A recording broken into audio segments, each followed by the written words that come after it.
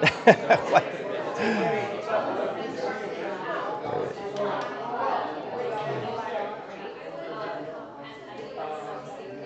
All right, there we go. All right, guys, if you're watching this, video is going to start in about 15 minutes. We're getting going. I'm in New England at the Clinical Engineering Society, and we're going to talk about something I don't know yet. It's going to be good, though. I promise you it's going to be good. So sit tight, everyone, and hold on.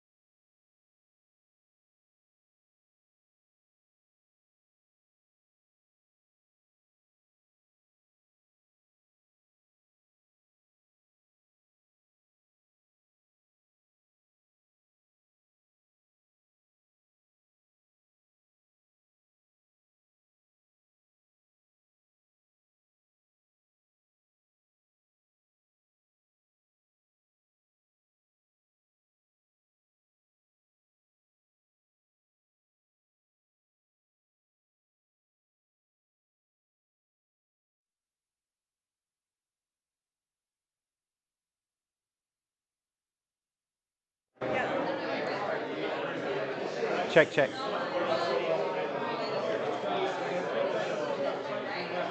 Check, check, check.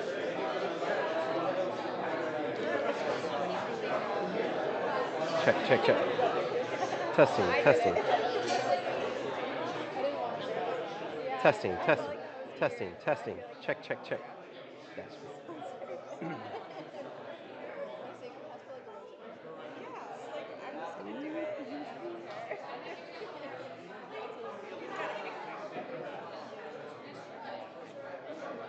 All right.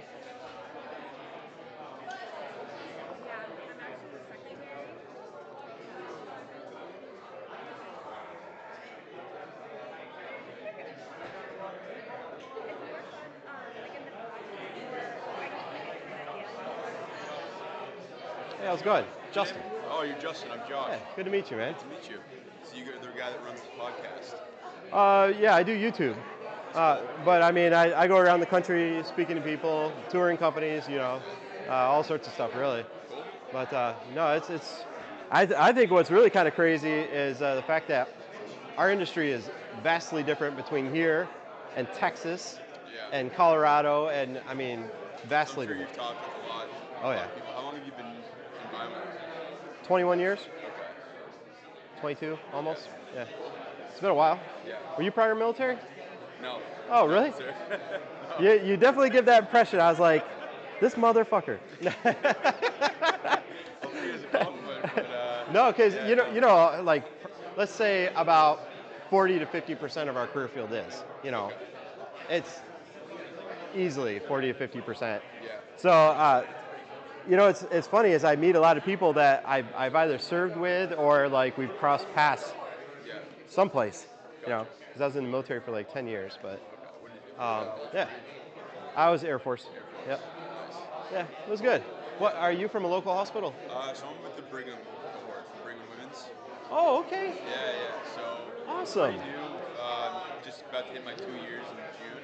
Okay. So, yeah, but I was pretty interested in to talk to you about your podcast or YouTube because I was interested about a year ago to start a podcast because I've done a podcast before, like for sports in college, but kind of wanted to start one for biomed because I was looking and there really aren't many except for yours and Chase's. Yeah, there's let's say there's 3 or 4 of them.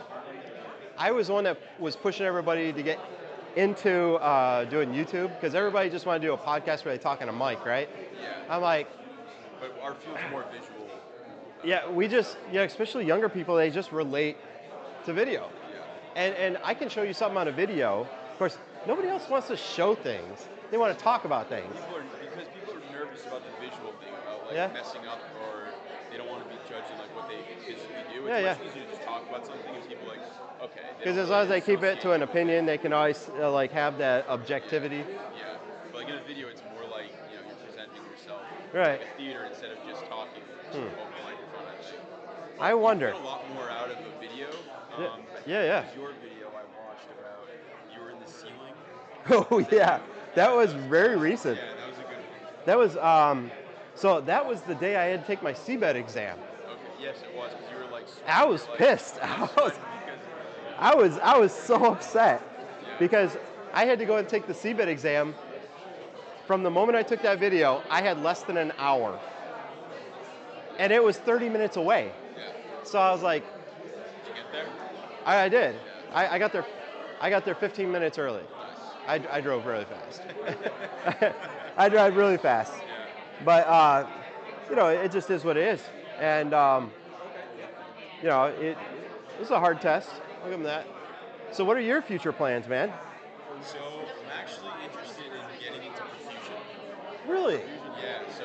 Into the maintenance side of it, or? No. So to be a perfusionist. Okay. So got into biomed. So I went to UMass Amherst. Started out in computer engineering, and then was more interested in the medical side of stuff. So I'm like, I'll switch to biomed because it's easier to get into software later on. So I got into biomed. Really like it because I'm still like an engineer. I still love to tinker with things and see how things work. Not as much as a people person. So then we're a really young program. So I was the second graduating class. So it's not very well developed yet. So all of our professors all do lab work. didn't like lab work that much, and that's all they promoted. So I didn't know there was like what else was out there except for going into a large company through like a device Okay. development program. My uncle works at Brigham, and he happens to work with one of the engineers in biomed. So he's like, "Hey, I'll bring you in with him one day." So he showed me around the shop, and I was like, "This is super cool." Yeah. But literally, I met with him for one day. After that, I went back to school. He emailed me a week later and was like, "Hey, you want to come observe a heart surgery?" I'm like, "Yeah." I was wondering how you found out about perfusion. I'm like, nobody knows about that. Yeah. Okay. So that was my first interest in perfusion, or my first exposure to it. And I was like, obviously, I picking their brain about what it was, and why people don't know about it, and they were like explaining to me, like, oh, this is really cool, because I love the OR environment, and it's cool. And then I just shadowed a bunch more cases, and I'm like, this is a good like stepping stone from biomed to like just like further the career along quicker. So yeah, that's what I would like to do in the future. Man. So how old are you? Just turned 24. Oh, really? Jesus Christ. Okay. So, I feel like an old shit. I'm 33, almost 34. Or no, 44. 44. Oh shit. Let's just cut 10 years off. Let's just cut a decade off and call it even. Yeah, there's a whole decade of my life I forgot about. So I've done operating rooms for 19 years, and some of the coolest stuff I ever seen was during heart surgery. But that's one of the things that I might be talking about today is about self-marketing. And because of that, I always establish a rapport with doctors and stuff because I want them to know who I am, because they will show you more if they know who you are. So you know that they got the drape, especially for heart surgery, they pull a drape over, and then there's an anesthesia doctor there, and then you got your normal doctor here, and usually maybe another doctor, usually it's going to be a physician's assistant. So anyway, all of them are standing there, and the perfusionist, who's over usually opposite of the anesthesia, he said, "Hey Justin, why don't you come on over here?" And this, mind you, this person was wide open, right? He's like, come here, take a look down there. I said, "Hey, all right." And he's like, "Here, watch this. We're gonna do cardioplasia, and we're gonna stop the heart." I said, "How are you gonna do that?" And he says, "Sodium bicarbonate." And then he showed me that it's a chemical reaction that stops the heart. And then he's like, "And when we want to start the heart, we just stop the chemical." And it's because of the acid that it allows it to conduct electricity. So they inject something that disallows the tissue to conduct the electricity. The electricity is still hitting, it's just, it can't conduct it. And I was like, holy shit, that's crazy. And so yeah, they allowed me, while they're doing this crazy surgery, and it was very stressful because they kept harvesting veins. And every time they'd harvest, they would have holes in it. Like they inject it with, usually it's saline, and then they see if it's corrupted. If it's not, then they'll do it for the bypass and stuff, right? They have to use organic tissue. So in short, they were sitting there harvesting, because this person had holes all the fuck over in their cardiovascular system. Not a healthy person at all. But despite how stressful it was, they still brought me in and was telling me step by step what was going on as it was going on. And I was the senior biomed, so in a way, in a stressful surgery, you probably want me in the room anyway. Because if shit goes wrong, I'm right there, So it worked out. But most of my clinical information has come from clinicians. And so, if I say something on a video or something, it's something that was told to me by a physician. Yeah, that was actually the biggest thing I was going to talk to you about. So the biggest kind of hold up from the podcast, I have like no problem like going about starting it. I know how to start a podcast, and like the ins and outs of kind of what to do. But the information part, like what like can and can't you say, and like if you're on the job, okay, what's like on the job is about that, is guaranteed to be a no-go. Yeah, and which is what I was assuming. And when I did it, it was in a very contained environment. Where my logos on my shirt were not visible. In fact, there's multiple videos where I have tape over them and stuff so that you can't tell where I worked. So I had to remain agnostic as to where I worked. And that was number one.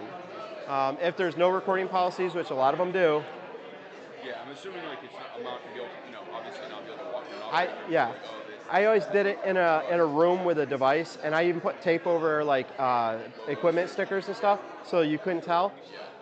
Because if I had deniability that that's your equipment, that this is your room, like it would be in a place that had a blank wall or something, right? Because if I did it like in a very known area, they'd be like, yeah, we know where that is. Always maintain objectivity. That, But like your employers like know that you work there, and they probably know you have the channel, right? oh yeah, they all know. So But how does that work? With that basically just they can't. it's possible that it has limited my career. Yeah. I would almost guarantee it in some ways. It's opened many other doors though. Yeah. So I mean, but that's anything. Gotcha. Anytime you step out of the norm, some doors are going to open and some are going to close. Yeah. But I was just wondering, like legally, like if you're just talking about stuff, where you're talking about a particular device on like a particular episode, and it's like your employer knows you got the information. Where you got your information from, right? Yeah. You're obviously not going to bring up like, oh, this is the service manual for this device, because then it's like, where did you get that from, right? So how does that work out? if I was OEM trained on something, you might sign a non-disclosure. I have never signed non-disclosure ever in my life. If you sign a non-compete or a non-disclosure, you might be in some shit. So, and sometimes when you go to a special OEM training, let's say I go to Philips training, I know for a fact that Philips makes people sign non-disclosures. So, and then that's an obvious one where you discuss those things. Yeah. But like, for instance, if I'm like talking about like, hey, like what's like the videos like, what is an EKG? Like, how does it work? And you bring in like the device, you cover like the stickers, right? But it's like you talk about that and like how it works and stuff like that. That's where I'm changing things. This particular device, like this is what you do. Like these are repairs. Kind of like how auto guys do. Like this is the repair. I do talk about repairs, but there's a reason why I don't go over equipment in detail. I'm not the subject matter expert. But if you're running a podcast, you have to think about things differently. They know the equipment. Bring them in. They're more than happy to talk about their own stuff. And it's a much easier production when you're talking about it with somebody because you're asking questions. Questions like what other people are wanting to know. Yeah, and then they'll answer those. Yeah. And so that's why most people think like you'd have to be the center. No. You're the medium that allows the people to get a message. That's it. If people want to come in and talk about a product with me, I'd rather that, 100%. But if I see problems out in the field or something, I'll talk about it then and there. I think about it pretty thoroughly before I talk about it because I don't want to give wrong information. That still happens, but I have always found that people are more grateful if you're realistic and you say, oh, I fucked up. But if you try and hide it, hey, if you try and hide it, like people just come for you. So I also have to like be very careful because like you'd be surprised, like the more people know who you are, the more people try to find out garbage about you. Yeah, well that's obvious. Like the internet will come for you. Yeah. The negative comments and stuff. But I'm more curious about like if I start something and say, or like have a video and be like, hey, this is what I encountered at work, blah blah blah. Like what type of information is going to be like? Okay, that's the line. That's what you can't really say. I don't. You have to choose your words carefully. Yeah. Now, I don't know if I would ever say. Well, here's something that you should know about perfusionists. Almost every single one of them in the country is a contractor. Well, I'm talking about like biomed. Yeah. So like for my job, like right now. Yeah. So as a biomed, we have some other luxuries that the other guys definitely don't. All right. As biomed, I can talk about whatever I want. I guess I did do a couple videos where I said, hey, this happened. Although at the time, nobody knew where I worked. I was pretty cautious about that. I got caught up one time because I put it on LinkedIn where I worked. And somebody looked me up on LinkedIn and then they said, and they contacted my hospital.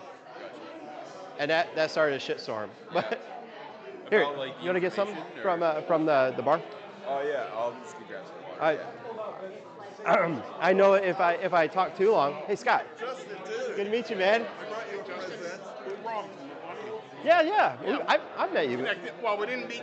I'm pretty sure I've met you before. Well, you were down. No, you were down. I talked to you right after you were down at our office last Okay. year. Yeah. Yeah. Okay. I'm based up here in New England. I cover all of New England. All right. Yeah. Excellent. Oh, thank you. Okay. My bag is right over here. Good to see you. How are you? It's, Can I get a picture with you? of course. whenever we have a chance? Let me put this stuff over here. Yeah. With a beer or without a beer. You know, it's up to you. All photos usually come out. I mean, by the end of tonight, I'm pretty sure I'm not going to have much of a voice, but I guess we'll find out. I caught catch you early. I love being interactive with the crowd, and oddly enough, you guys have a much younger crowd here. Thank you. Well, thank you. I'll take that. I mean, it's true. Thank you. Hey, it's absolutely true. I'm holding it down. The average is about 50 years in our career field, and I would say I'm seeing mid-20s, late 20s I wouldn't bat an eye. 39. on average. That's considerable for this area. I would have had that wrong if I wouldn't have been here myself. And Josh, it's So, nice to meet you. But what's your here, name? just one second.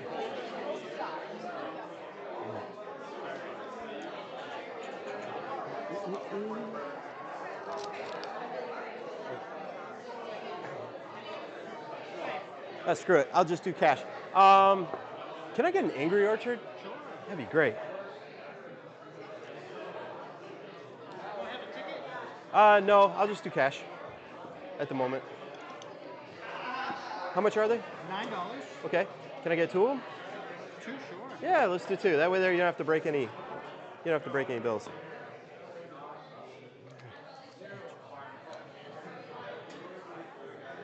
Got to get started early, man.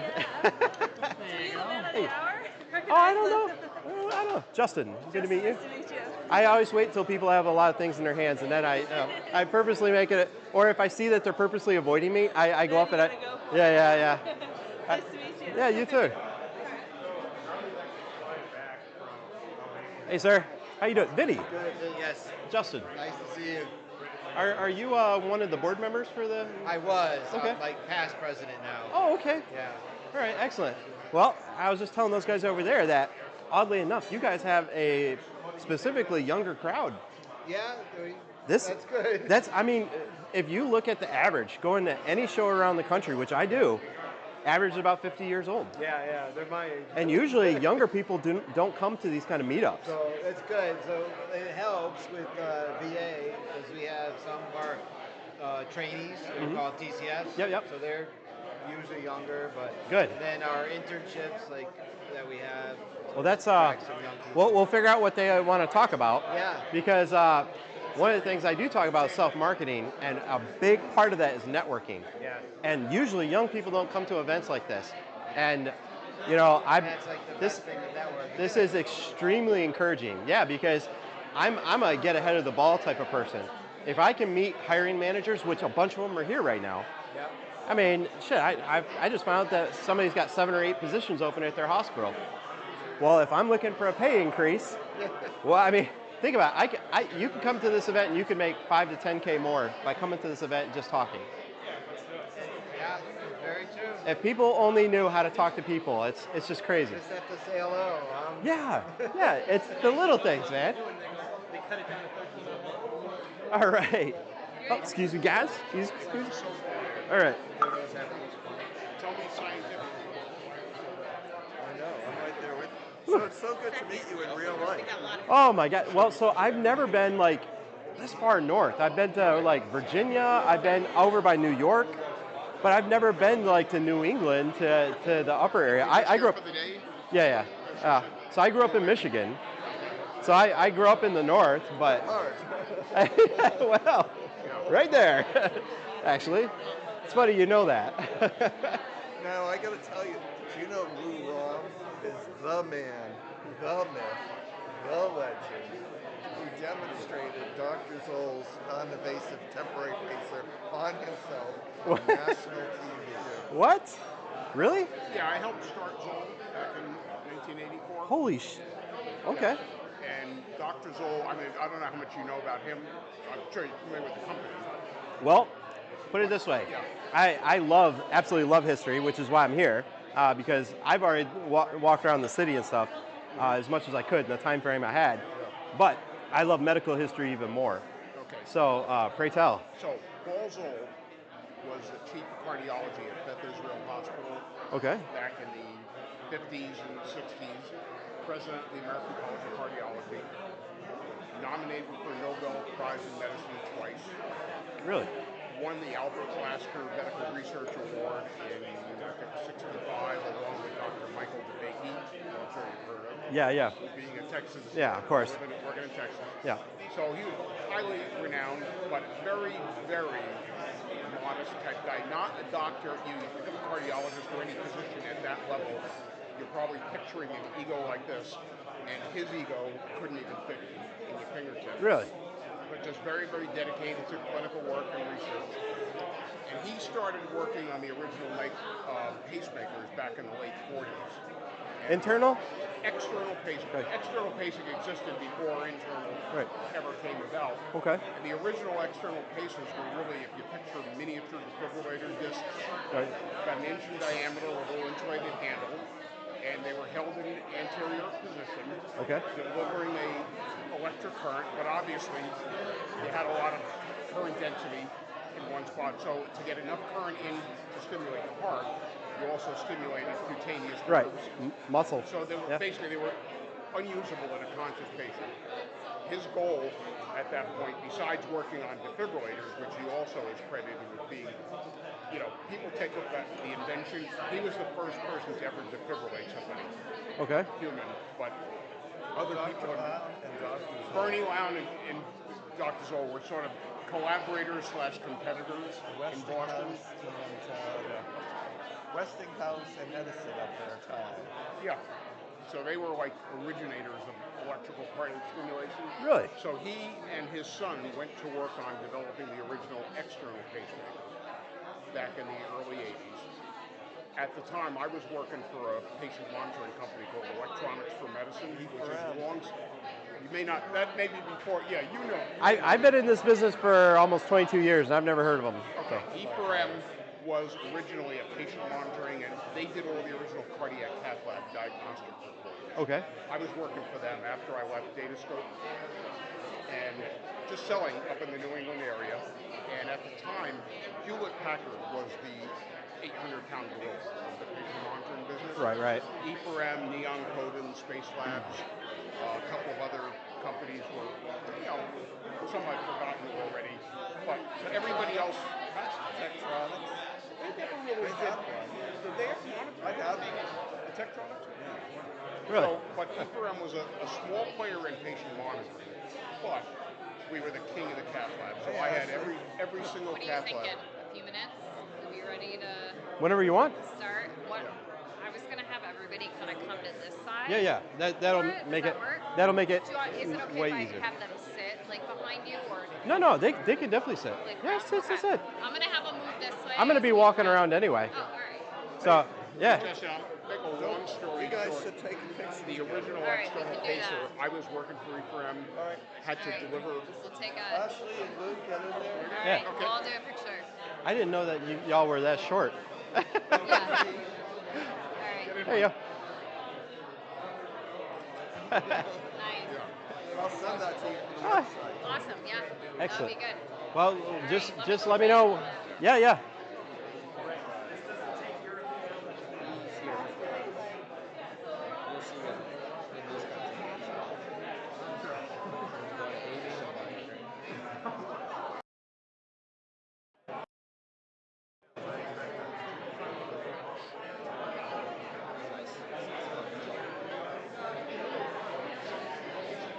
All right. What's up, man? Good to see you. How are you?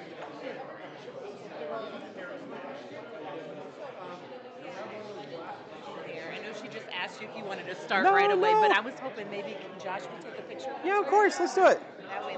I got nothing but time. They don't, but I do.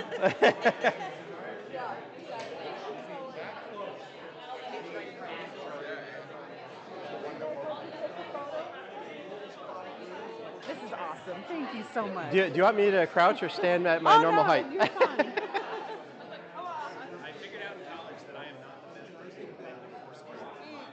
a niche here in the public speaking. Thank you so much. And do I have your permission to share it on social media? Of course. No, no, no problem.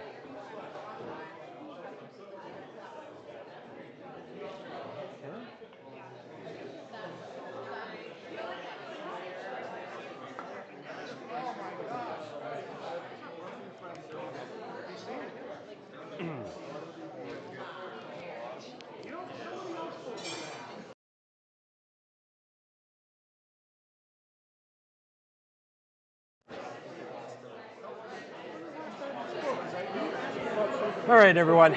Sorry, I am so sorry. This has been an extremely busy event. Everybody has been talking, which is fantastic. So I apologize. There has been a delay in the start, but we are going to get things kicked off in just a moment. What's up, man? Let me ask you, Ashley asked me if I wanted to say a little something. No, please do. Do you want to like give me a quick intro and I'll say like 2 minutes about something, or is that, how do you want to do it, or it doesn't matter? I'll tell you what. Allow me to wrangle everybody in, and then I'll bring it on in over to you, because that way there I can introduce you also to these guys, because these guys, come on, come on, come on. Oh, do I have it locked? Locked. There we go. What's that? Yeah, please. Please. Okay, so the camera's following me, which is what I wanted. All right, and here, let's flip this over. Here,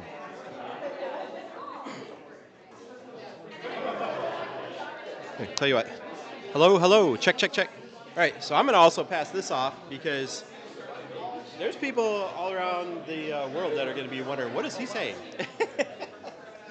All right, guys, y'all there? I hope you are.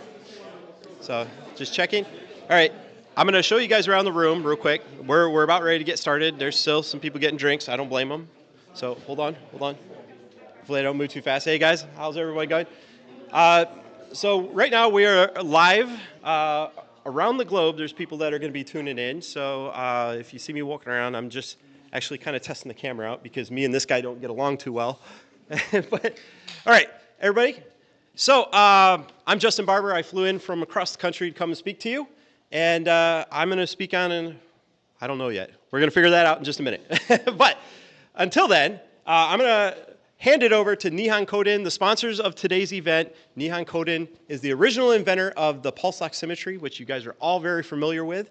So they have some fantastic new products, and I haven't done them on my channel yet, but I will soon enough, soon enough. But I'm going to allow them to say some things. You guys, here you go. Thanks, Justin. Does it follow this? Oh, wow, Yeah, that's it'll cool. follow you. That's really cool.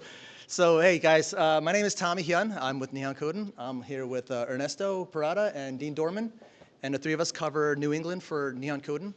And thank you for allowing us to be a part of your event. We're very appreciative of that. And I think just for purposes of tonight, this is a big social gathering, so don't feel like you have to come to our booth or anything. But what I would say, I welcome you to learn more about us. We have our business cards over there. Grab our business cards and shoot us an email. And basically, my job is to educate people on why it is that we're the #1 growing patient monitoring company in this country, and all the benefits that you as a biomed clinical engineering in that role, as well as the patients that are on the receiving end of these devices that are helping the clinicians to take care of them. So I definitely welcome you guys to come by, say hi, grab a card, and we'll set some time at a later point to talk, to educate you guys more about who Nihon Kohden is and why we're doing so well. So thank you guys for having us. Awesome. Thank you very much. You don't have to put it right up to your face. It can hear you, trust me. Perfect. Hi, everyone. I'm Ashley O'Mara. I am the president of Nesky. Thank you all for coming, and we always host this event in May in person to really celebrate the HTM profession.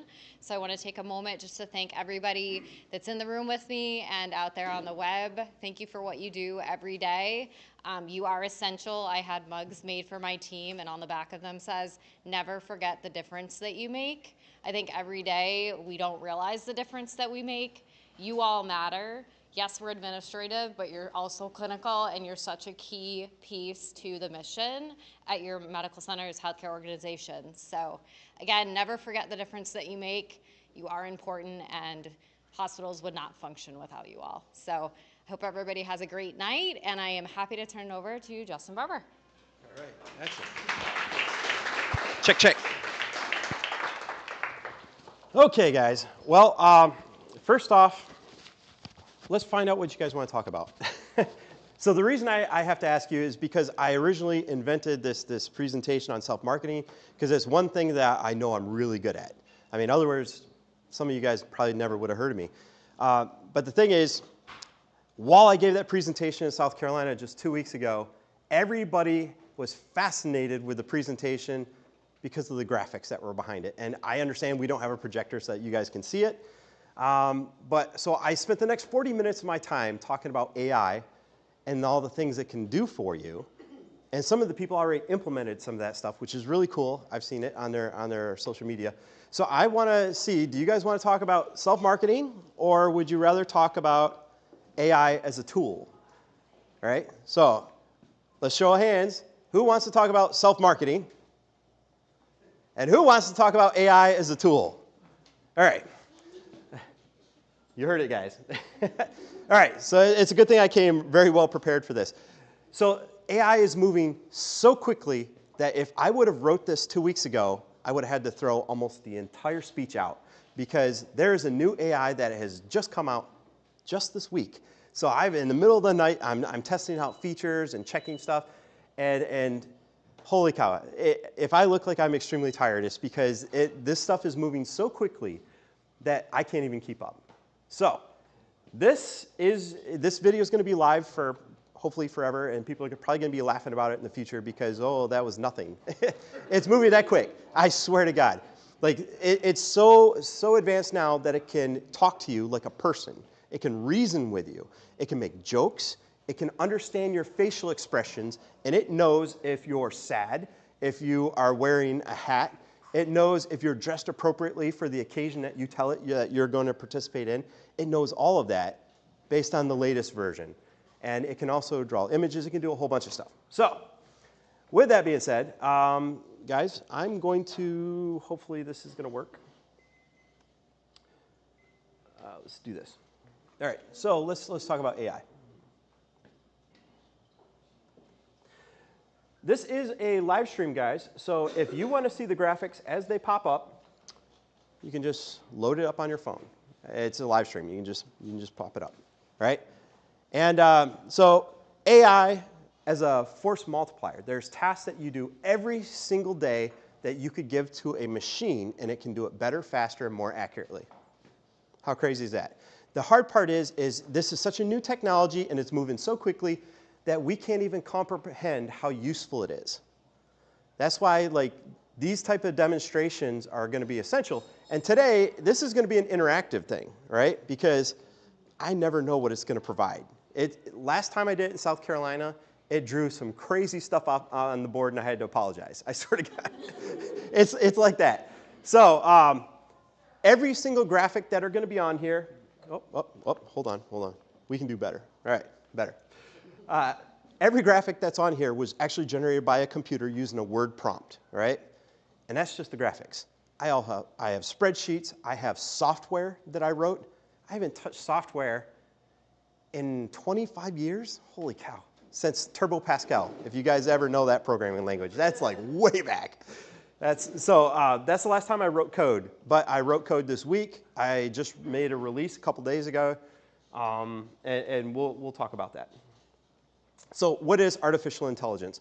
I do believe that this definition is going to change, but AI, it can analyze large quantities of data while recognizing patterns, and it makes decisions, and it judges outcomes.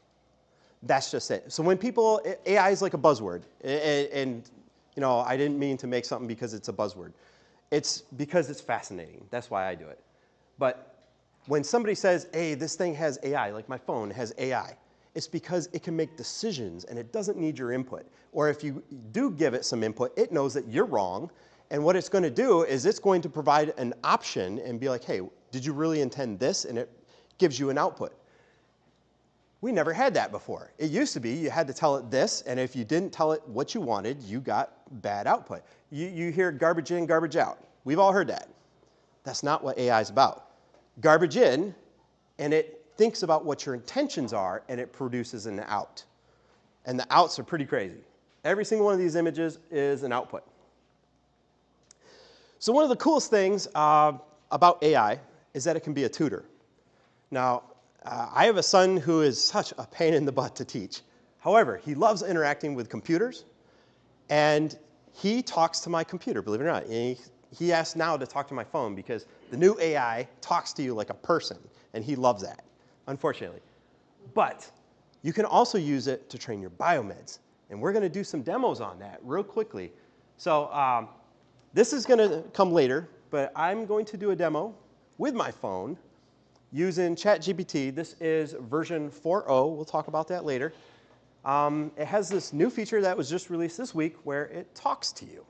All right? So if you thought that Siri was an AI, you were seriously misled. Siri was pre-programmed responses, and it was extremely limited. This, you really don't know what it can do for you because he'll kind of tell you and then maybe give you ideas or whatnot. But let's talk about being a tutor. So I just tapped the little headphones button, comes up. Are you listening to me? It sounds like you might be describing a symbol or an emoji. Are you referring to an icon or a specific image that includes headphones and a thumbs up? No, no, no. I'm not talking about that at all. I'm just explaining what AI is to the crowd. Got it. So you're giving a talk or presentation about AI. How can I help you with that? First off, I would like to use AI as a tutor, and I'm trying to figure out how to calculate the area of a triangle. Sure, I'd be happy to help. The area of a triangle can be calculated using the formula. Text area equals frac 1, 2 times text base times text height. Do you have specific values for the base and height that you'd like to use, or are you looking for a general explanation? Cancel. Thank you. I'm not going to go into it any further. The cool thing is when you cancel it, here's the difference about ChatGPT specifically. It saves your chat, right? So let's say you're learning about a certain topic. Now, the other day I gave a presentation where I talked about the electrical safety standards for medical equipment, something that most biomeds would get wrong. I promise you, they'll get it wrong. Or you tell them, like, hey, what version of NFPA 99 are you using? They don't know what year. Well, if you don't know a year, then you definitely might not know your standards. It talks about that in detail, which is crazy. And you can go back to it at any time by going through your prior chats. Again, we'll talk about that later. But you can use it as a tutor to learn things. And kids, they just adapt so quickly to it. And like my son, he's, like I said, he's a pain in the butt to teach. But because he's interacting with a computer and he knows it's a computer, he's willing to put extra effort into it, which is really kind of crazy. So for special needs, it's fantastic. My son is a nut. Accelerated learning. If your kid or you are a technician that is learning faster than those around you, you can use that as a tool to accelerate your own learning. If there is a certain topic that you only barely touched on in school, but you want more information, it'll actually develop entire chapters worth of material that you can study up on. Either read it or it will talk to you. It will talk to you about what the concept is. So if you say, I don't really understand what that means, what do you really think that is?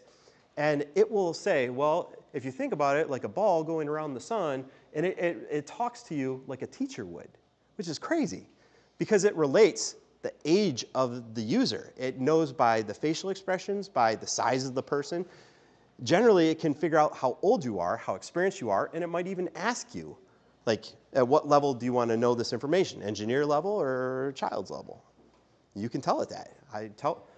Tell me how to calculate the size of the sun as if I was a child, and it will do it. Just like that. It's wild.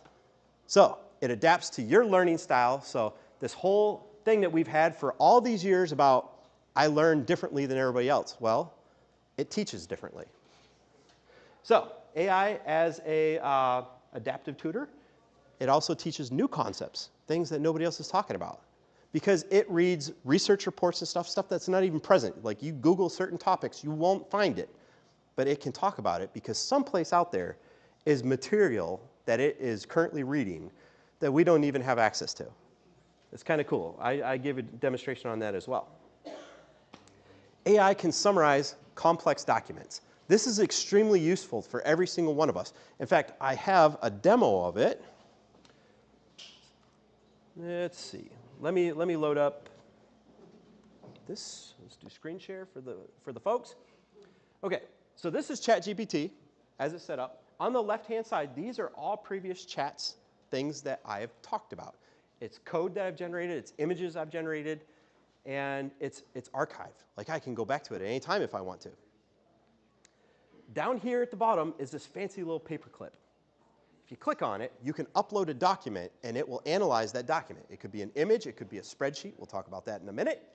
It could also be a very complex document. So what I'm going to load up is going to be, how about something extremely boring? Let's do Eaton white paper on electrical safety standards. Eaton is one of the largest producers of power strips and stuff. Like they make Triplite and whatnot. They produce some really good material though. Maybe you don't have time to read through the 7 pages worth of stuff. And so I uploaded it, I attached it, and then I'm going to say, can you summarize this?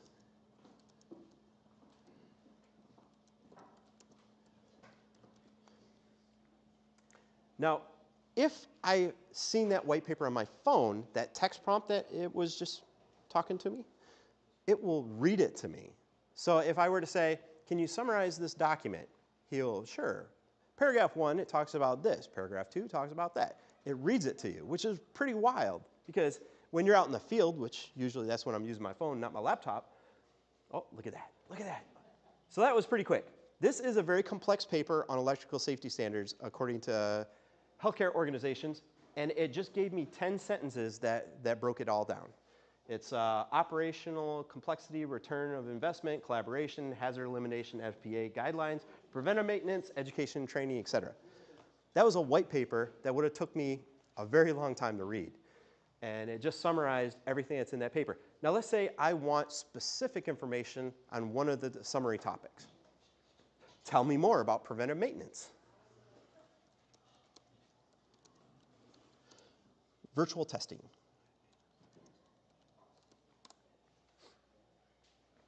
And there it goes. It actually highlights the information that was in the document, and it's going to also summarize it or present it in a more digested format. Benefits of virtual testing.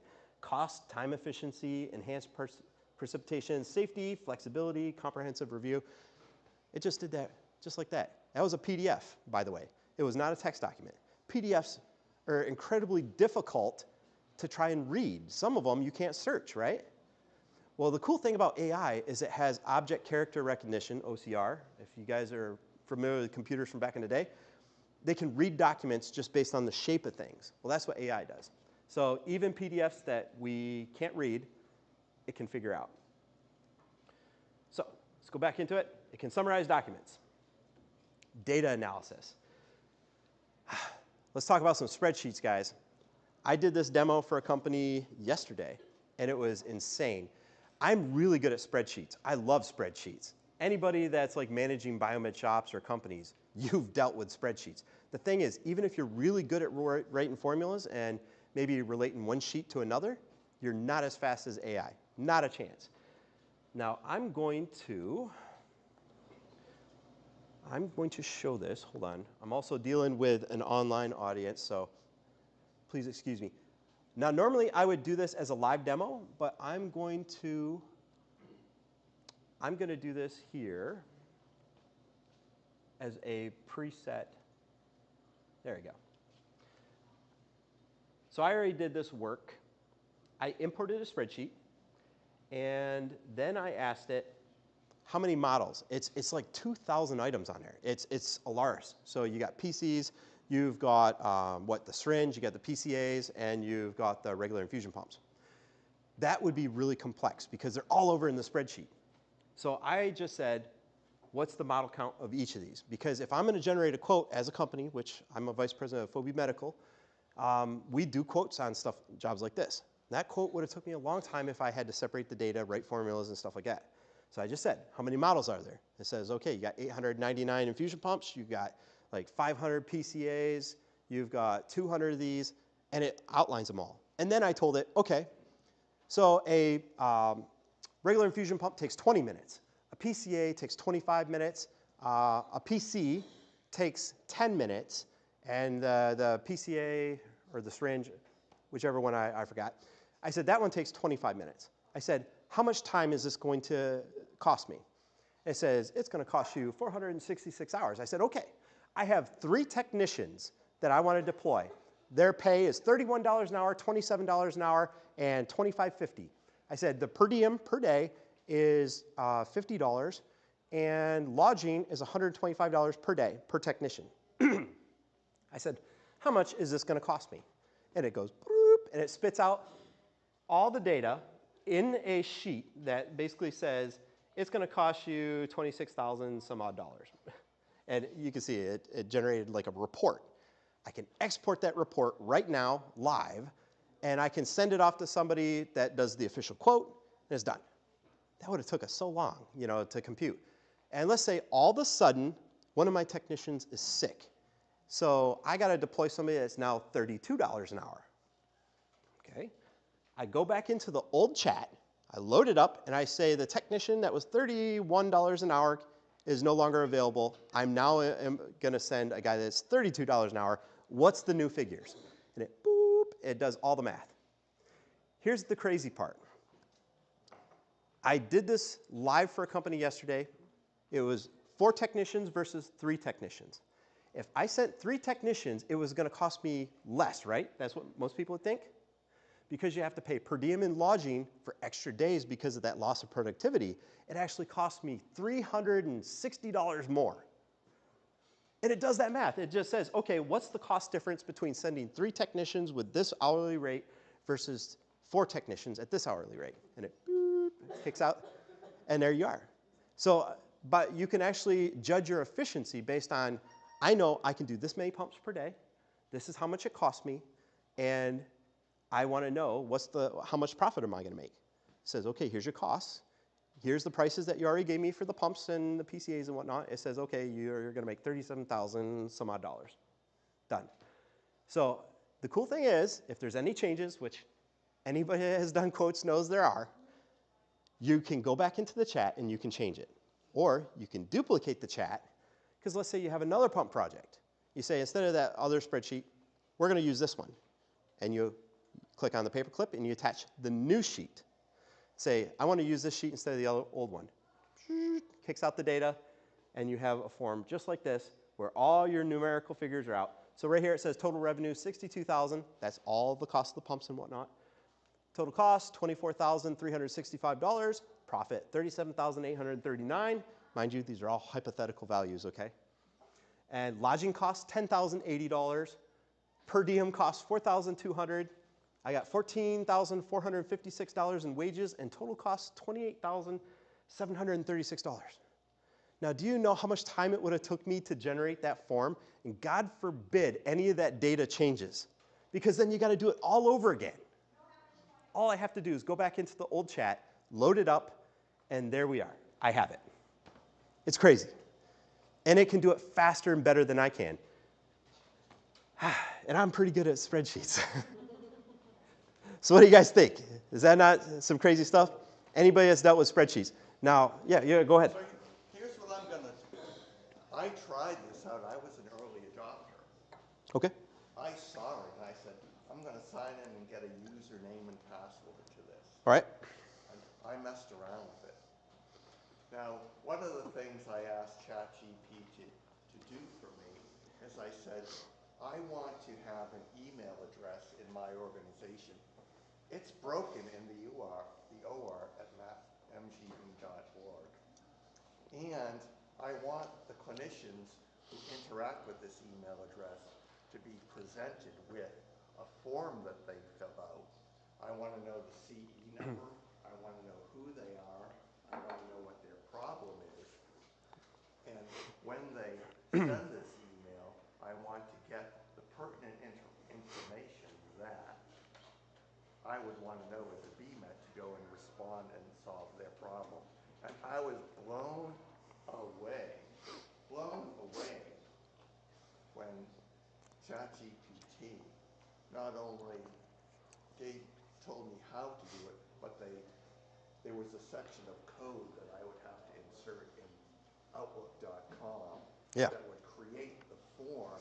It tells you step by step what you have to do to make it happen. Number two, I said to ChatGPT, I'm a biomed. What is my role in producing cybersecurity in my organization as a BMET when I inspect equipment? And it literally gave me an essay on everything that I believed that I should be doing as a BMET. Now, I can understand the coding and how to set up the Outlook, but in the Harry Potter movies, there was the mirror of Ursed. Ursed is desire, spelled backwards. Did ChatGPT hear my question and tell me what I wanted to hear? Interesting. So the two answers, the article that ChatGPT wrote on a BMET being involved in cybersecurity was mind-blowing. And the code that it produced for doing the Outlook.com work to create an email-based work order for a BMET to fix something was also mind-blowing. What do you think? Come back. Interesting. So I've actually asked ChatGPT, well, it's going to be a double echo. I've asked ChatGPT, are you thinking about what I want you to say? It's a text predictive engine, which means it predicts the very next word based on what it thinks you want. It's not like it's conspiring against you or anything. It's literally just thinking about what's the next word that I should put up there. Sometimes it's crazy. Yeah, sometimes you're crazy. But sometimes it's not, all right? And the thing is, the craziness has been worked out over the last year. Now we are several revisions in. There's 4.0, there's 4.0. 4.0 is the version that associates with humans, like it talks to you and it recognizes your facial features and stuff. We'll talk about that in a minute. But anyway, data analysis. You can do databases, time clocks, payroll. It will automatically do your payroll. You can do AI with a camera watching a doorway, and it knows people when they walk in the door just by the look of them, and it will create a timestamp. And when they walk out the door, it does another timestamp. That's how crazy it is. It recognizes people as individuals. You can do cost for profits live. You can do live inventory, which is crazy. They do live inventory. You guys ever see the Amazon stores?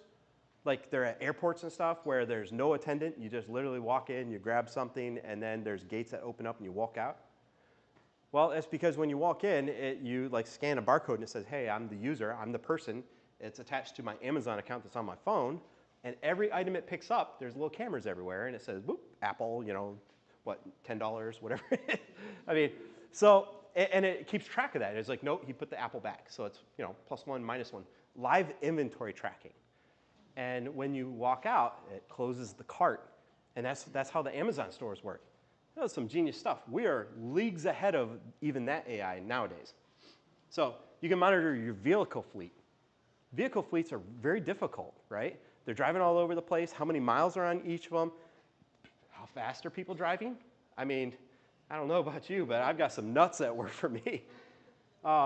Taxes. Taxes are very difficult, especially if you're a business. Because, you know, at the end of the year, there's a lot of stuff that you might or might not be taxable for. AI will give you live advice based on that tax year because it knows the tax code for that year, which is crazy.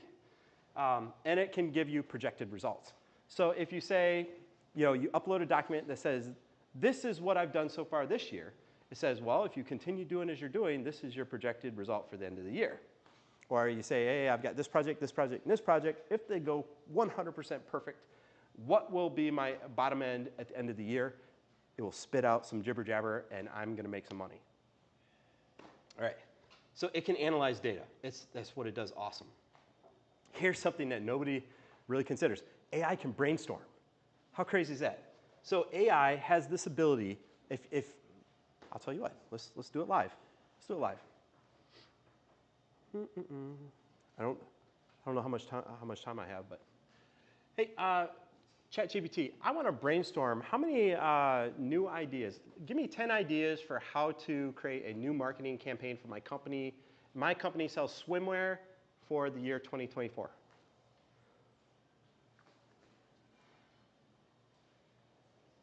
Sure. Let's brainstorm some ideas for a swimwear marketing campaign for 2024. 1. Sustainable swimwear campaign. Highlight eco-friendly materials and sustainable practices used in your products. Partner with environmental influencers to spread the word. 2. Virtual try-on technology. I'm not going to go through his list because I'm just kidding, guys. I'm not really trying to sell swimwear. But anyway, thank you. And then when I exit, it gives me all that stuff. Like, it gives me so the reason I said 2024 is because what's relevant this year is different than what it was last year, right? And 2 years ago, 3 years ago, who was selling swimwear during COVID, right? So if you give it what year it is and you say specifically, let's say what would be some marketing campaign ideas for swimwear back in Victoria era? It would give it to you, right? And I'm pretty sure they'd be different. But so that's just it. You can use it for brainstorming, which is crazy because we all can generate ideas, but maybe you just need that kick to get you going. That's just it. And we'll talk about that in a minute too. That jump start for the creativity engine that's in your head. This is what it's really good at. I don't use AI to do my work, but I definitely use it for ideas and to get the work going. So you can use it for product features, design concepts, marketing ideas, process improvements is a big one. Instant outlines. This is what I use it for. So when I'm making a video, let's say I'm making a video on cardiac output. I did an 8-minute long video on cardiac output, and it took me 13 hours to make 8 minutes. If I had AI at the time, it would have taken me a fraction of the time. Because first, I had all the medical journals and stuff, right? That's where you have to start. Start with Google, right? The same way that we've always done it for research papers and stuff. It's an absolute nightmare to go through medical journals and stuff. There's so much garbage information out there, and there's partisan information and whatnot. But AI can kind of digest it and give it to you in a better format. So I use it for outlines. If I'm going to create a video on cardiac output, I'll ask it, like, can you generate me, my speech I did in South Carolina. I said, generate me an outline for a speech on self-marketing that's going to last about 1 hour. And it says, sure. He always says it in his happy little voice. Here, and it kicks out an outline. So now you have certain topic areas. I threw out a lot of them, right? Because maybe it's not relevant to us. But he had some really good ideas. First thing, define what it is, what is self-marketing. I didn't come up with that. I was just going to start talking about self-marketing because I assumed everybody knew what it was. But he told me, first step one, define what it is. Which, if you know, when I started with AI, first thing I did is I defined what is AI. That was an idea from the computer. So from there, I use it for speeches to write an outline. I use it for articles, reports, books, and social media. So if there's a topic you want to talk about, you can use it to come up with an outline for maybe an article you want to write. Because there's certain key points that maybe you're going to forget one of those key points. It happens. I mean, shoot, I know I've done it. But use the outline to get you going and throw out the stuff that you don't really want. Because really, if we were going to talk about self-marketing, the one thing that I was going to tell you guys is that people buy into what they relate to. That's the number one thing. Well, the reason I tell everybody to use it for outlines only is because there's that little piece of humanity that we all recognize. If you ever read something that was written by AI, you're like, wait a minute. That just sounds weird, right? It sounds cold. It sounds scripted. It sounds synthetic. But by just doing an outline and then adding your own personal experience into it, people are going to buy into it because they can relate to it because you're a person. Usually, if you're writing an article, especially about medical technology, you're writing it to other medical technology people, right? We all relate on the same level. If a computer writes that speech or that book or that article, you're going to know. You're going to be like, wait a minute, who wrote this? You're going to see it. And that's a humanity part of any component that you have to add into it. And that's why I only do it for outlines. I use it for ideas. I've done it for reports. I've done it for social media posts. You know, let's say that there's something new that just happened. I'll ask it to give me an outline for this. Mind you, I said earlier, I told it to give me an outline for an hour-long speech. If I have a 10-minute speech, you bet you the outline is going to be vastly different, okay? Because as you've seen earlier, it can summarize things, right? So it's going to summarize things according to what should take an hour or what should take 5 minutes. So specificity is your obligation when you interact with AI. Writing code. I talked about this earlier. Writing code is better this week than it was last week. I know, because I wrote the code. So here's the crazy thing. As I already explained, I haven't wrote code in 25 years. Holy cow. I'm 43 years old, guys. It's been a while. So I had this concept. I wanted a news aggregate, right? Like, there's so much garbage information out there. If you Google certain things, you're going to get so much garbage information. You're going to get a lot of adverts. You're going to get stuff that's not really relevant. It's a huge waste of time. So I created a program that actually searches all the world's news, and you can either give it certain keywords, or you can do a default search, and it will search healthcare technology, medical equipment, medical device, doctors, healthcare, you know, certain keywords. And this is the app. It does it in Python script. And yeah, I had to sit there and play around with it. So it gives me all the results for the last 30 days, so it's constantly updating itself. So tomorrow it's going to be different than what I draw up today. And like the first one up there is, well, I'm not going to read that. So the second one says, Change Healthcare finally admits it paid ransomware hackers. That's an article from some state, someplace. I didn't know about that. But maybe you find it interesting. So I had to kind of tell it what I was looking for. And you have to tell it things like, I want to be able to scroll through it with my mouse wheel. You have to tell it, like every little detail of what you want. I want it to be buttons. I want them to highlight when I mouse over. So it's going to generate code. You're going to look at it, and you're going to be like, nah, that's not what I want. And then you tell it. It's a conversation, right? Because it's a conversation, you can nitpick about the details in it. And it's always happy about it, too. It's like, sure, I can do that for you. And it just generates the code again. And now I have an app. It took me about 1 day to develop. And it's, I don't know, 140, 150 lines of code that I never would have been able to write. And it searches the entire world's internet for news. And I can even type in keywords not healthcare related, and it will search for that news as well. It didn't exist last week, but it does now. Anyway, so it can write code. It can do spreadsheets. Spreadsheets have code embedded in them. If you have macro-enabled spreadsheets, they can do magical things. You can write apps, you can write programs, and you can write complex formulas. Because maybe you use the formulas in an app, maybe you don't. Maybe you're going to put it on a whiteboard and do the old school way. I don't know. But it can write formulas for you. Project management. Here's a cool one. We all have projects, right? In order to be a project manager, listen to this list of requirements. This is kind of crazy. You draft timelines, task automation, data analysis, risk management, resource management, communications and collaboration, quality control, customer management, document management, and decision support. Do you know of a project manager that can do all that well? Not.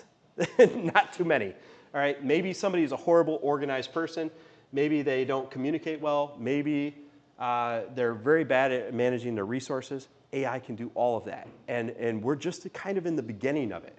But eventually, project management is going to be an AI thing. I guarantee it. Because we see all these ecosystems where people can communicate through one central hub. Well, that's going to be an AI hub, I promise you. In the future, all projects are going to be through some sort of AI hub because it can manage all your documents. It can make sure that people are communicating on the same basis. And it can even correct grammar. If you say, like, let's meet at 11 o'clock, it's going to say, hey, did you want me to set a meeting for 11 o'clock? It's going to ask you that just because you mentioned it in a speech. So project management is something that's going to happen. Create logos. Now, logos are one of those things that are normally, when you have somebody make them, they're very expensive.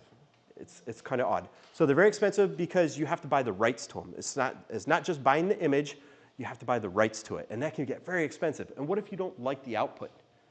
You have only so many tries, and then, you know, because you pay either per hour or per try. So let's say they create a circle with a check mark in it. No, I don't like that one. So that's one of your tries. You only get 5 tries, and then, you know, it's another $100. Or I could say, generate me 100 logos of a circle with a symbol in the middle for my company, which is a dental company. You know, boop, boop, boop, and it gives me 100 image examples, and I can pick which ones I like and which ones I don't, and I can integrate features from one image to the next and combine them. I just say, I really like this image, and I like this from that image. Can you put them together? And it does it. Yeah, go ahead. Do you think AI will eventually take over like our type of jobs? Holy cow, I need another beer. Like medical device? Absolutely not. Is there some stuff that is going to take over? Yes. That's just going to happen everywhere. I do think there's going to be some IT functionality that is going to take over. Guaranteed. Because it is IT. I mean, all it is a version of granting a certain amount of permissions to it. I believe that eventually a lot of IT functionality is going to be AI. Because it can monitor the networks live, and it can implement things as they happen. Humans, they have to clock in the morning and then drink their coffee and then implement something, right? Maybe. So it's just the way it is. I don't know. I'm talking to you guys, you IT people. But the thing is, biomeds, people are always going to have to fix things, all right? Things are always going to break. Think about most of the malfunctions that you guys experience. Most of them are user problems, right? That doesn't mean that a lot of your functionality can't be eventually taken over by AI. Let's say work order documentation. I promise you, work order documentation in the next 10 years is going to be AI driven. How many people have really garbage work order notes? Garbage work order notes. With AI, you're going to probably be able to take a photo of a part. It's going to relate to what that part is, and it's going to compute that to the work order automatically. We're almost there right now. Like with AI, I can take a photo of something, and it can tell me how much that part costs. Now, you'd have to write some sort of code that says, I want this, you know, removed from my inventory level. But we're almost there right now. So we're really close. Your documentation, trust me, oh, I hope I'm a biomed on that day. Because so many people write like PM complete. Well, what'd you do? Well, AI could tell you, step 1, you did this, check, you know, step 2. And it can write that out. Oh, you experienced an error on this. We're getting so close to having analyzers talk to the computer. Many of them do currently, kind of, with Bluetooth. Imagine it's at Gen 1 right now. Gen 2, Gen 3, we're going to have systems that are automatically doing tests. So you're going to hook it up, and it's just going to kind of do its thing. We're still going to be there because we still have to physically examine things. The computer still isn't going to be able to figure out if something's abnormal by observing. You know, as I said, most errors are relevant to the user. We see how the users are using the equipment. I try and correct my users on the spot when I see it. AI is probably never going to be able to do that, right? Since that's a majority of the problems, it's not going to be able to take over that, at least not right now, okay? So you feel safe on that. Now, if you're in the IT space, if you are in the, let's say, the design space, yeah, if I was a graphics artist, I would be very worried right now, very worried, because we can replace them today. So, complex image creation. This is the one that almost got me in trouble in South Carolina. Okay. All right. So complex image creation. Let's flip this guy over. Here, let's close my program. Okay, so ChatGPT, one of the coolest things that it can do is it can create images. That's not the one I'm looking for. Tab. That one. And, okay, we're here. Okay. This is where I need interaction from you guys. So let's create an image. Oh, gosh. All right. First, remember, you have to tell it what you're looking for. I'm looking for a 1920 by 1080 image. image of, okay, what are we going to do? What's the first component of the image? Two metallic surfaces in close proximity. Okay, stop there, because I can't type that fast. of two robots. What are they doing? What are the two robots doing? Fixing cars. They're what? Fixing cars. They're fixing cars.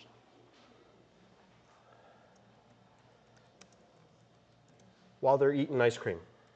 Sure. I don't know why they eat ice cream, but they are. Well, because maybe there's an image that already exists of robots fixing cars, and they call foul. So that's why I throw something crazy out there, is because they're like, wait a minute, there's no way that exists. Ice. Okay. Yeah, it's thinking about it. It's like, wait, you guys are crazy. However, it's going to generate an image at the resolution I specified, and hopefully it's two robots that are shiny, that are fixing cars while eating ice cream. Oh, here, let me screen share so everybody can see it. So this is what it came up with. It's two robots in a mechanic shop, and they're eating ice cream. Here's the crazy part. We didn't have this functionality before. Let's say I don't like the cars, because those look like Teslas. No, I'm just kidding. There's an image editing tool up here. I click on it, and I highlight the area of the image I want to change. Those look like cool cars, though. I'm kind of sad that I'm going to mess this up. All right. And we can change what part of the image we don't like. I don't like the type of ice cream. Maybe I want him, well, that does look like mint chocolate chip, so ignore that. But maybe I don't want that type of soda can or something. You can change any aspect of this image. It will recognize it, and it will put what you request. So I want, let's see, I can't type. I want different cars. What's that? It doesn't, but I asked for it. It's going to think I'm just an idiot, which it wouldn't be wrong, but hey.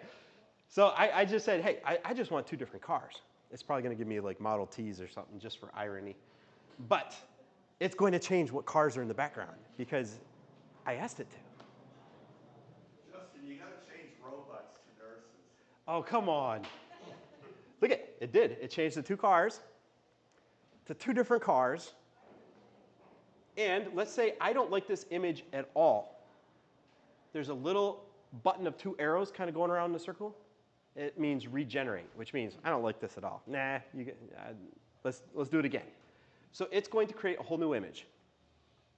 Here's the thing. You are just seeing a 3D image here. We can change this according to a style. Let's say I want this to be in the style of Salvador Dali, or I want this to be a Rembrandt. Or I want this to be a pencil sketch. It can change the style of the, I'm going to change it to a cartoon. We can change it to a cartoon. It's almost done. Okay, well, they changed it. And let's put this as, can you make this a cartoon?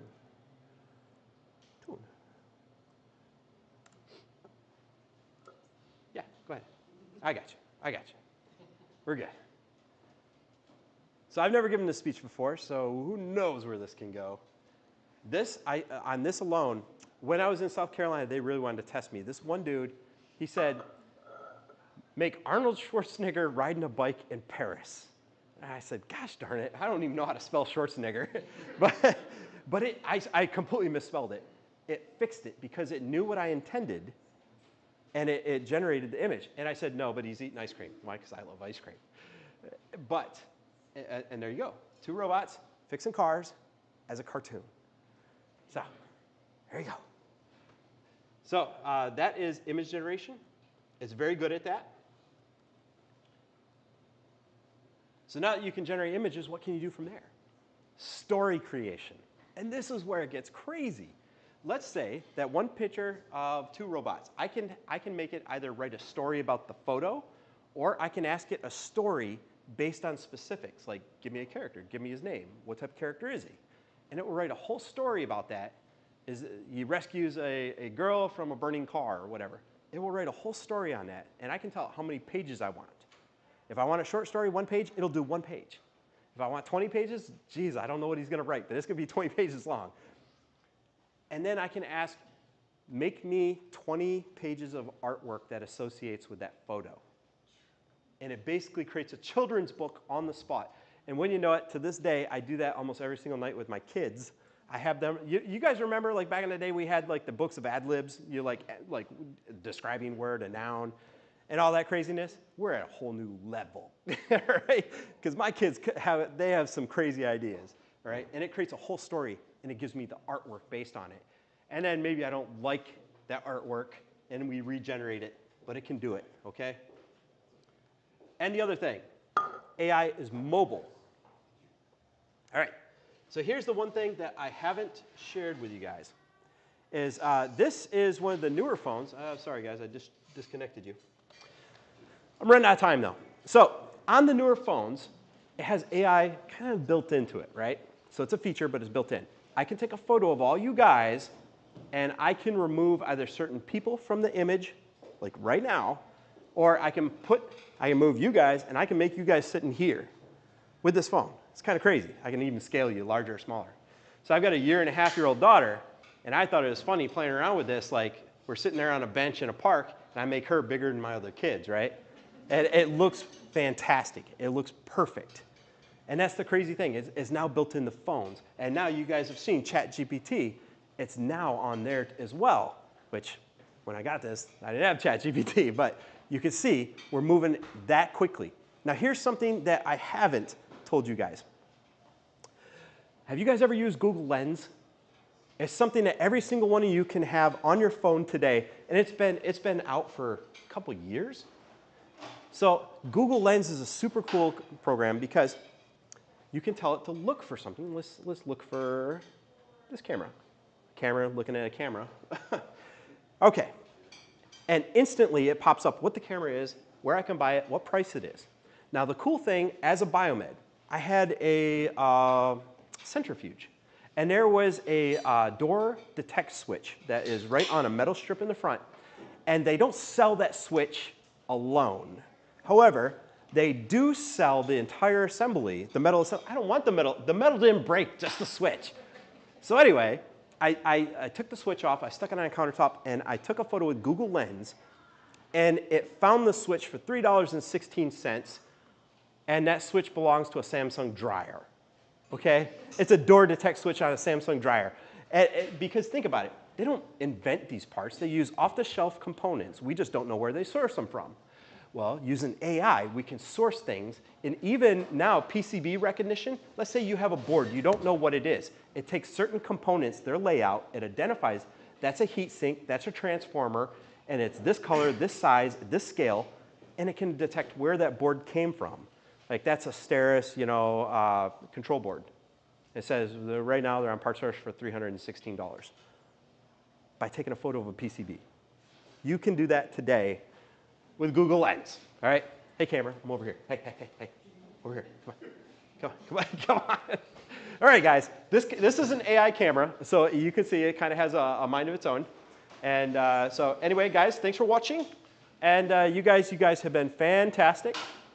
So I do have many, many more demos that I would love to give you guys, but as you can see, we can go down a rabbit hole.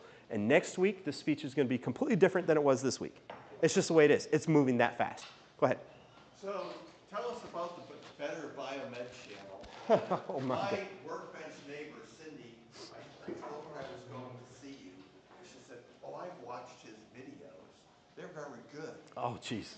I would not say that. So Okay. those of you who are managers, your VMEDs need to watch his channel. Okay. So awesome. He has cards. Yeah. So we will. All right. So I started YouTube 5.5 years ago because I get really annoyed at telling people the same thing again and again and again. So I started recording videos of it, and then I started sending it to certain people in emails like, here, watch this, you're done, okay? That's your training. Good luck. So anyway, some of you guys that are watching this, they know exactly what I'm talking about. But anyway, eventually some universities and stuff called me and they wanted to use some of my material. So one of my first videos ever was on isolated power systems, line isolation monitors. And they're using that in engineering schools and stuff around the country. And that was just me in front of them, like a TV, talking about like components. It was kind of crazy. But it has absolutely blown up. And it has given me the opportunity to travel around the country and speak with people like you guys. And, you know, and also, one of the crazy things that none of us really thought about is what you do every single day affects people on the other side of the world.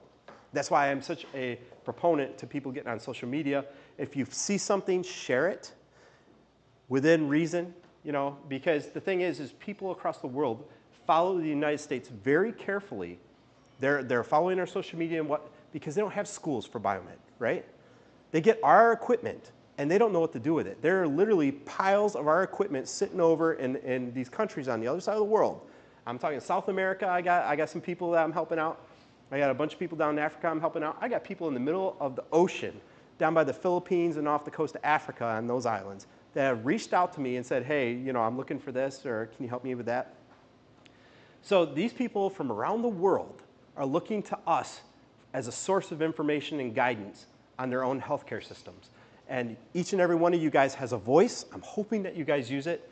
And you know, let's all participate. I've already talked with some people about sharing knowledge on social media. It's an important part of this entire world. We're a skilled trade. And one of the things I always want to let people know is as a skilled trade, the day you start training in a skilled trade is a lifetime commitment. Because all skilled trades, the only way that a skilled trade continues on is through the spread of knowledge between mentor and mentee. And every one of you is a mentor in some capacity, even the people that are brand new to the career field. You are a mentor to somebody. And imagine this, there are people on the other side of the world that have no ability to learn whatsoever because they have no material. And I'm just trying to change that, all right? That's it. Okay.